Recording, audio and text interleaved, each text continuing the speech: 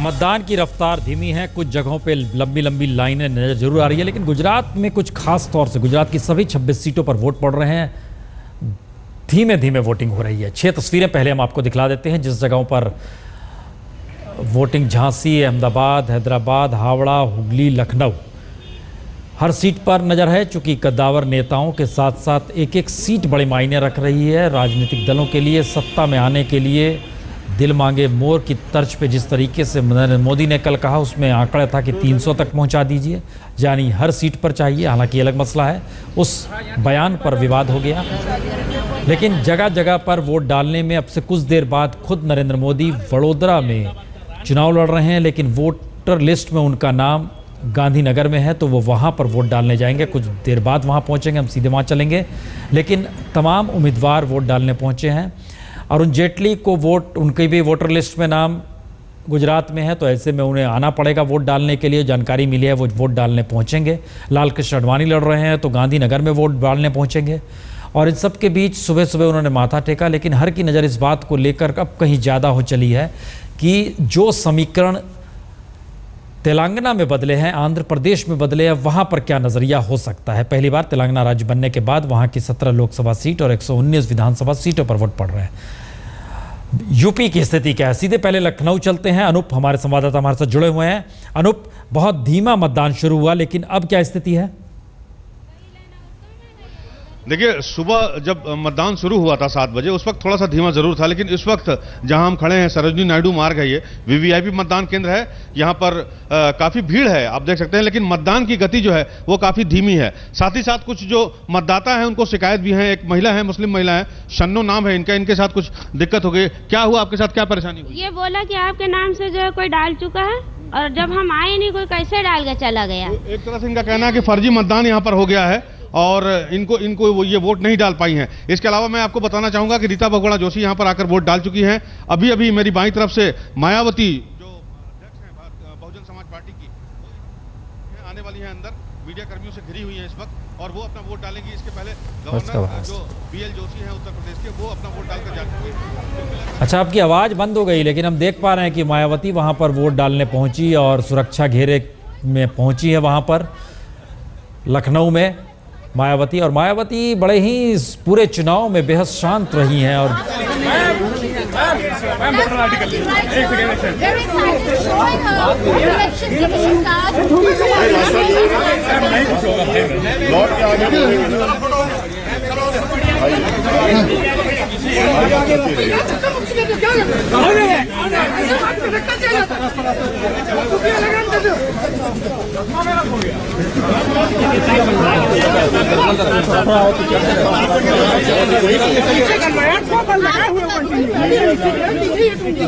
अभी नहीं भाई,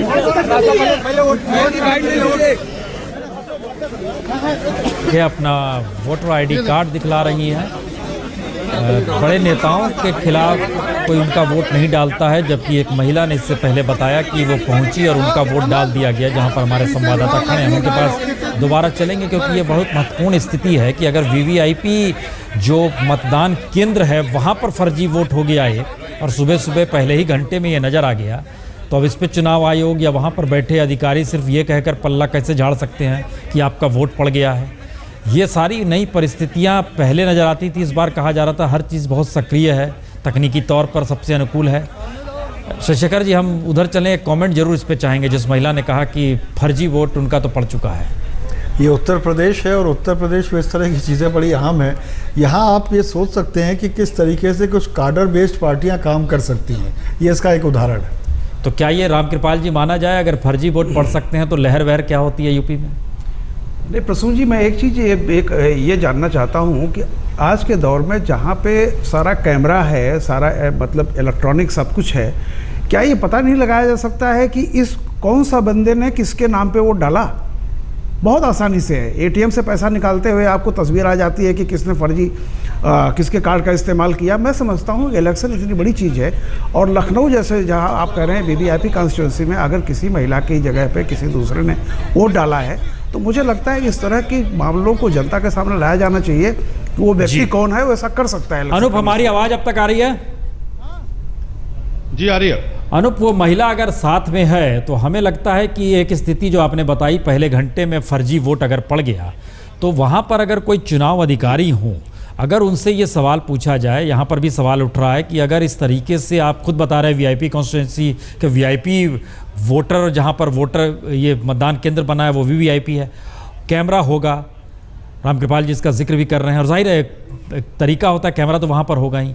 तो ये क्रॉस करना चाहिए। जरा उस महिला से पूरी जानकारी लीजिए कि वो महिला गई वहाँ पर, कौन शख्स बैठा था, उसने क्या कहा, क्योंकि चुनाव आयोग की नज़र इन सब चीज़ों पर है और हमें लगता है सामने खुले तौर पर आनी चाहिए। जरा उनसे पूरी जानकारी लीजिए कैसे कैसे क्या क्या घटनाक्रम हुआ। जी देखिए, हमारे साथ ये महिला है सन्नो, यहाँ इनकी ये पर्ची है, आप देख सकते हैं पर्ची अभी भी सुरक्षित इनके हाथ में है, जबकि मतदान करते समय ये पर्ची जमा हो जाती है। वोटर आईडी कार्ड भी है बाकायदा।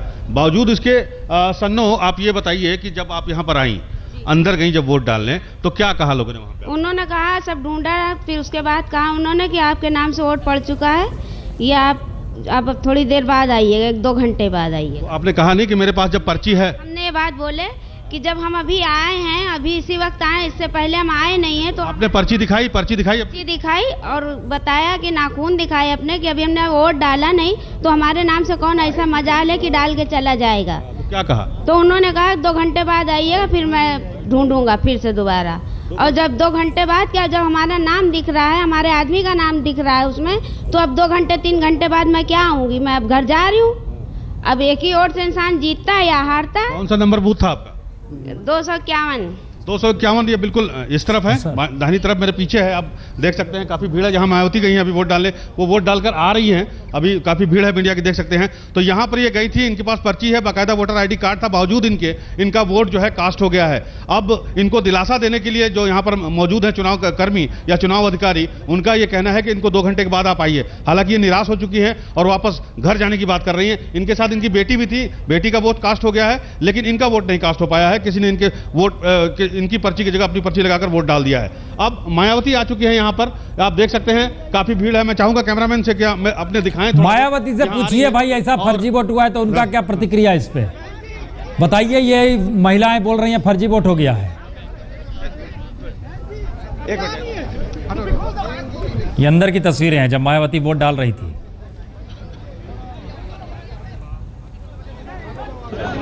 और अनूप, अगर मायावती नहीं बोले तो एक हमारा यहाँ से सुझाव है कि अगर संभव हो तो इस महिला के साथ कैमरा लेकर जाएं और उस चुनाव अधिकारी से पूछें कि जनाब इन्होंने वोट डाला नहीं है तो कैसे, किसने वोट डाल दिया है, ये कैमरे पर उनकी क्या प्रतिक्रिया चुनाव अधिकारी की आती है, उसके बाद फिर आप बताएं कि ये उनकी प्रतिक्रिया। तो मेरे ख्याल से वो ज़्यादा पुख्ता तरीके से चीज़ निकल पाएगी, क्योंकि ये एक टेस्ट केस हम लोग लेकर चलें अगर कि ये इस रूप में अगर फर्जी वोट हो रहा है तो इसका क्या मतलब है। तो आप अगर इस महिला को साथ ले जाके चुनाव अधिकारी से मिलें कैमरे के साथ और पूछें आपकी क्या प्रतिक्रिया है, इनको क्यों आप वोट डालने नहीं दे रहे हैं, इनके पास जब पर्ची है। ये जानकारी अनूप आप लें तो ये मेरे ख्याल से इस मामले को फिर हम आगे भी बढ़ाएं।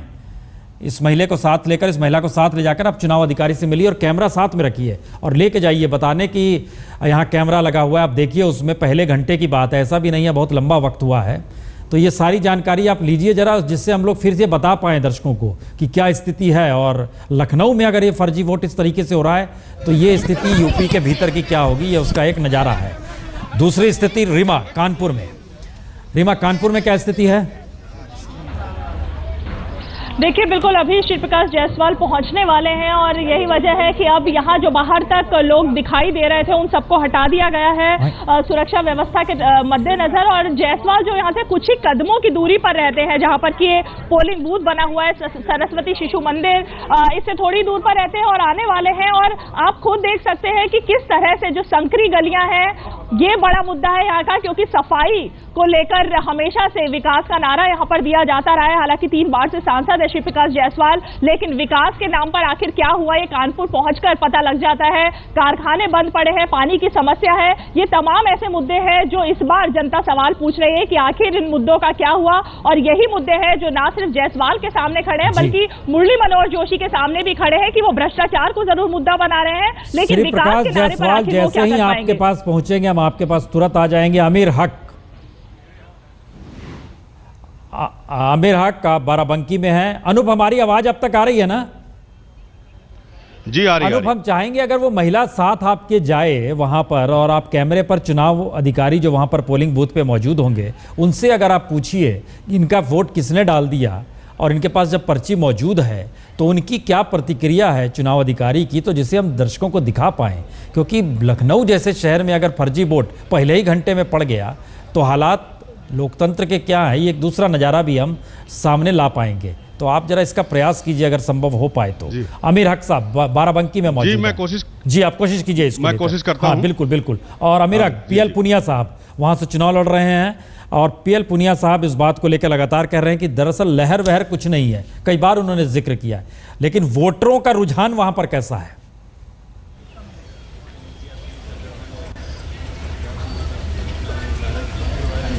देखिए प्रसून जी, सुरक्षित लोकसभा सीट है बाराबंकी और बहुत जाने एक मिनट जरा सा आपको रोक देते हैं। मायावती साहब, मायावती कुछ कह रही हैं। आप लोग शांत रहिए, आप शांत रहिए। जैसा कि आप लोगों को ये मालूम है कि आज उत्तर प्रदेश में चौथे चरण का मतदान हो रहा है, तो मैं उत्तर प्रदेश ही नहीं बल्कि देश के जिन भी राज्यों में आज मतदान हो रहा है, तो मैं उत्तर प्रदेश और जिन राज्यों में आज मतदान हो रहा है वहां पर भी, उन राज्यों में भी, तो वहां के मतदाताओं से मैं ये कहना चाहती हूँ, उनसे ये अपील करना चाहती हूँ कि वे अपने मतदान का जरूर इस्तेमाल करें, अपना वोट डालने के लिए जरूर जाएं। और खास तौर से मैं इस देश में जो दलित और कमजोर तबके के लोग हैं, तो जिनको भारतीय संविधान के निर्माता परम पूज्य बाबा साहब डॉक्टर अंबेडकर के अथक प्रयासों के कारण, उनके काफी लंबे संघर्ष के कारण जो इस देश के दलितों को, कमजोर तबकों के लोगों को जो वोट डालने का अधिकार मिला है, तो मैं खास तौर से मीडिया के माध्यम से पूरे देश के दलितों को और कमजोर तबकों के लोगों को, अन्य समाज के लोगों के साथ साथ मैं दलितों को और कमजोर तबकों के लोगों को ये कहना चाहती हूँ कि ये लोग भी अपने मत का इस्तेमाल जरूर करें, अपना वोट डालने के लिए समय से जरूर जाएं। और वैसे तो मैं सर्व समाज के लोगों से अपील करती हूँ कि वे अपना वोट डालने के लिए जरूर जाएं, तो ताकि, क्योंकि इस बार का जो मतदान हो रहा है पूरे देश के अंदर, जो लोकसभा का आम चुनाव हो रहा है, तो मेरा ये कहना है कि इस बार तो पूरे देश की जनता काफी परिवर्तन के मूड में है और इस देश की जनता ये चाहती है कि देश के जनता के हित में और देश हित में, जनहित में केंद्र के अंदर इस बार सही सरकार बननी चाहिए। लेकिन केंद्र के अंदर सही सरकार तभी बन सकती है, परिवर्तन पूरे देश में तभी आ सकता है जैसा देश की जनता चाहती है, यदि वो लोग अपना वोट का सही इस्तेमाल करते हैं और अपना मतदान डालने के लिए जाते हैं। बीजेपी जो वेव कह रही, कहीं आपको दिखाई दे रही है कोई मोदी? देखो, भारतीय जनता पार्टी की जो वेव के बारे में बात की जाती है, हवा के बारे में जो बात की जाती है, और खास तौर से भारतीय जनता पार्टी और बीजेपी के पीएम पद के उम्मीदवार श्री नरेंद्र मोदी का बार बार ये कहना कि बीजेपी की हवा है, मुझे भारतीय जनता पार्टी की कोई ज्यादा हवा नजर नहीं आ रही है। हवा केवल मीडिया में है, ओपिनियन पोल में है बीजेपी की हवा, या आजकल इन्होंने ज्योतिषी तक को भी मैनेज कर लिया है, तो उनके माध्यम से हवा बनाई जा रही है। मुझे कोई जमीन पर हकीकत में कोई ज्यादा हवा मुझे भारतीय जनता पार्टी की नजर नहीं आ रही है। एक चीज बीजेपी वाले कह रहे हैं कि इस चुनाव में जो जाति का बैरियर है वो टूट गया है, वो कह रहे हैं दलित लोग भी हमें वोट दे रहे हैं। नहीं, ये जो भारतीय जनता पार्टी के लोग ये कह रहे हैं कि हमें ये जाति के आधार पर जो वोटिंग होता था ये सिलसिला खत्म हो गया है, तो हालांकि हमारी पार्टी भी इसके पक्ष में नहीं है कि जाति के आधार पर या धर्म के आधार पर वोटिंग होना चाहिए। में, लेकिन अभी ये पूरे तौर से खत्म नहीं हुआ है। और यदि ये पूरे तौर से खत्म होता तो फिर भारतीय जनता पार्टी के वरिष्ठ नेता तो दलित बस्तियों में जाकर तो वो किस्म किस्म का ड्रामा क्यों करते, दलितों को जाकर वो गुमराह क्यों करते और दलितों को ये कहते कि भी आप भारतीय जनता पार्टी को वोट दो तो हम तुम्हारे हित में हैं। लेकिन उनको ये लग रहा है भारतीय जनता पार्टी को, जब वो उनकी दलित बस्तियों में जाके गुमराह कर रहे हैं, तो बीजेपी को ये लग रहा है पूरे तौर से कि दलितों का वोट भारतीय जनता पार्टी को नहीं पड़ रहा है, इसीलिए जाकर वो उनको गुमराह कर रहे हैं। लेकिन खुशी की बात यह है कि पूरे देश के अंदर जो दलित वर्ग के लोग हैं वो गुमराह नहीं हुए, और जो थोड़े घने गुमराह होकर भारतीय जनता पार्टी के साथ थे भी, तो वो खास तौर से भारतीय जनता पार्टी के जो बहुत बड़े नेता हैं, उनके योग गुरु बाबा हैं श्री रामदेव ने तो अभी रिसेंटली कुछ दिन पहले तो खास तौर से कांग्रेस पार्टी के युवराज की आलोचना करते हुए तो जो भारतीय जनता पार्टी के इस बहुत बड़े योग गुरु ने और बहुत बड़े नेता ने जो ये दलित समाज की जो बहन बेटियों की इज्जत के ऊपर जो उंगली उठाई है और जिस प्रकार से इन्होंने अश्लील भाषा का, अभद्र भाषा का इस्तेमाल किया है, इसके कड़े शब्दों में निंदा मैंने की है।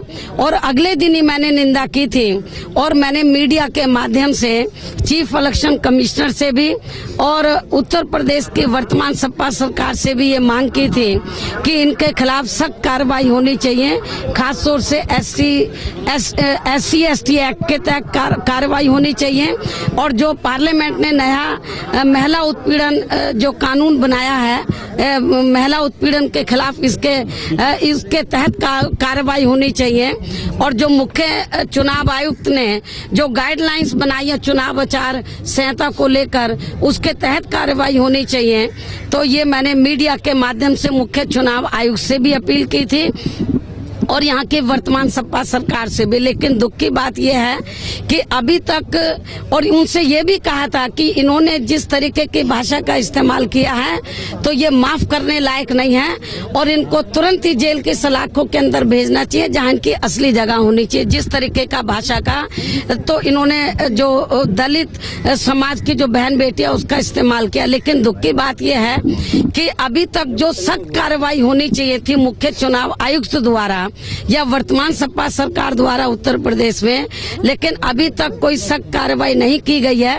केवल बाबा रामदेव का मुद्दा उठा दिया अपने तौर पर चुनाव के वक्त ही मायावती ने। ये बड़ा बता दें आपको, 14 सीट जिसमें है उसमें बीएसपी के पास 3 सीटें, बीजेपी के पास एक ही सीट है, वो लखनऊ की है जहां से लालजी टंडन जीते थे। इस बार राजनाथ लड़ रहे हैं। लेकिन सीधे हम चल रहे हैं इस वक्त कानपुर। रीमा, श्री प्रकाश जायसवाल पहुंचे।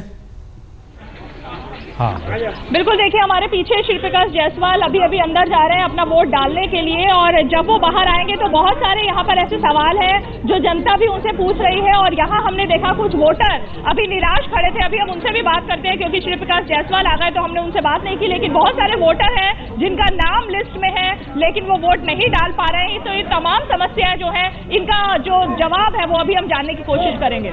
रीमा, एक सवाल और है कि जिस तरीके से लखनऊ में हमें नजर आया और आपने यहाँ पर कहा कुछ लोग वोट नहीं डाल पा रहे हैं, लखनऊ में तो फर्जी वोट पड़ गया जो चुनाव अधिकारी ने कहा। क्या वहाँ पर स्थिति चुनाव अधिकारियों ने कोई आश्वासन दिया है जिनके पास पर्ची है और वोट नहीं डाल पा रहे, ऐसी स्थिति वहाँ पर भी आई है? देखिए पर्ची है, वोट नहीं डाल पा रहे हैं, आई कार्ड लेकर अपना लोग आए हुए हैं लेकिन वोट नहीं डाल पा रहे हैं। और लिस्ट में जब नाम खोजने की कोशिश की गई तो लिस्ट में उनका नाम नहीं है। यही अभी बहस चल रही थी, तब तक श्री प्रकाश जायसवाल आ गए हैं। तो जाहिर तौर पर जितने भी अधिकारी हैं अभी थोड़ी इस कोशिश में लग गए हैं कि श्री प्रकाश जायसवाल का वोट हो जाए और उसके बाद वो उन लोगों की बात सुनेंगे जो यहाँ अपनी समस्या लेकर खड़े हुए।